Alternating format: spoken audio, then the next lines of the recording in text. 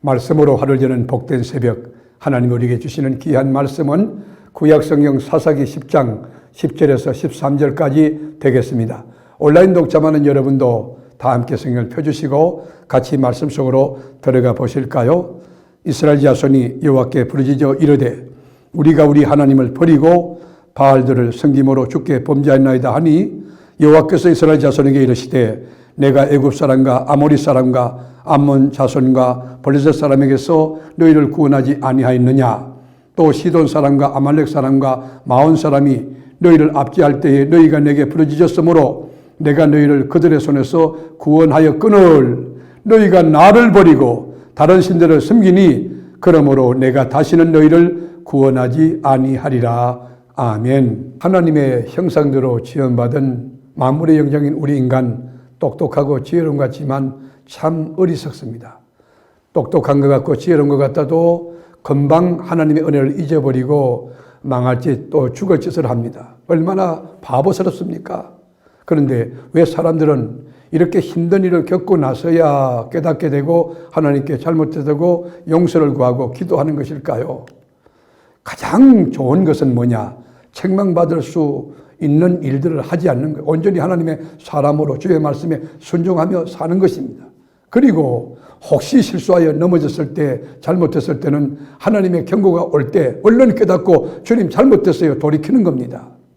최악의 상황은 어떤 상황이냐면 징계를 받으면서도 내가 왜 매를 맞는지, 왜 징계를 받는지 그 원인을 모르는 거예요.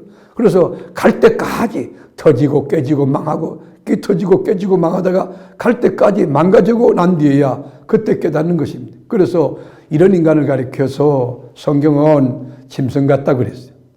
우리가 시편 49편 20절에 보면 존귀하나 깨닫지 못하는 사람은 멸망하는 짐승 같도다. 끝장을 보는 겁니다. 답답합니다. 우둔합니다. 그게 비록 썩은 밧줄인데 알면서도 그걸 붙들고 끝까지 나아가는, 그러다가 망하는 사람 얼마나 많습니까? 이런 어리석은 역사의 반복이 뭡니까? 그게 사사기 아닙니까? 이스라엘 역사를 보면서 바로 우리 모습을 거울로 보는 것과 같지 않습니까? 이스라엘 민족들이 바알과 아세라 신을 섬기는 것 외에 온갖 잡신을 다 불러다 섬겼습니다. 이스라엘 땅을 우상 전시장으로, 우상 백화점으로 만들었습니다. 사사가 없는 땅에 평화가 다 사라졌어요. 하나님께서 암몬과 모압으로부터 18년 동안 학대를 받게 그게 팔아버리십니다. 이스라엘 백성이 더 이상 견딜 수 없게 되자 하나님을 향하여 하나님 불쌍해 주세요, 우리 살려주세요 부르짖게 될 때에 하나님 그들을 구원하십니다. 이런 부르짖음과 또 구원하심이 반복되는 역사였어요. 그런데 오늘 본문에 보면 하나님이 화가 나셨어요. 냉담하게 아주 매몰차게 이스라엘 민족을 거절합니다. 이스라엘은 과거에 시돈과 아말렉과 암몬 사람에게 압박을 받을 때에도 오늘처럼 부르짖을 때 하나님이 구원해 주시긴 했지만은 이제는 하나님이 더 이상 듣지 않는다고 말하는 것입니다.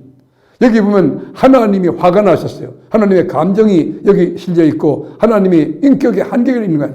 마치 그렇게 느껴졌어요. 그러기에 이스라엘과 인격적인 교제를 하나님이 원하시는데 하나님은 더 이상 이스라엘에게 이용만 당하고 또 데우스 마키적인 도구적인 하나님을 전락하기 싫어하셨어요.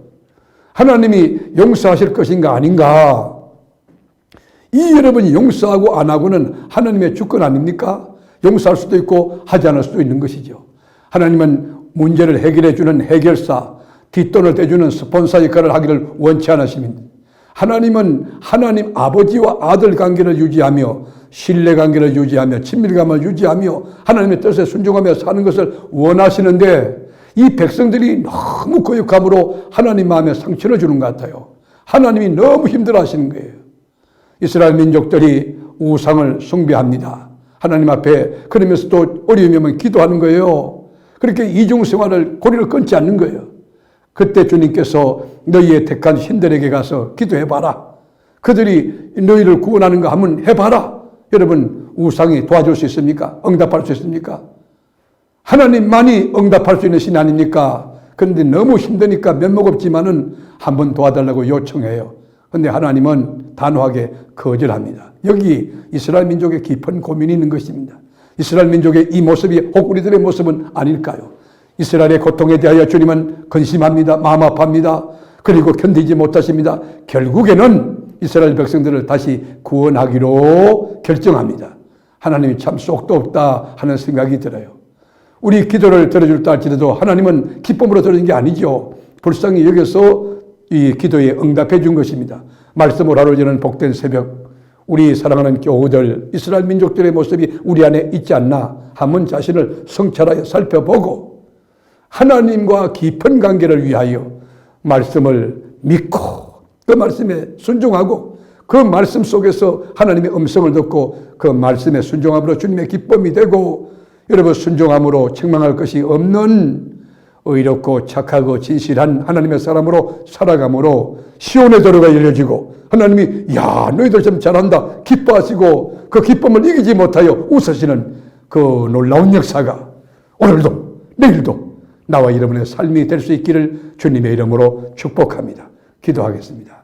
주님, 하나님의 뜻대로 살진 않으면서 이것도 달라 저것도 달라 기도하는 염치 없는 우리들은 아닙니까? 자행자지하고 우상숭배하고 세상 사랑하고 말씀 거역하고 그래도 잘 되기를 바라는 우리들은 아닙니까?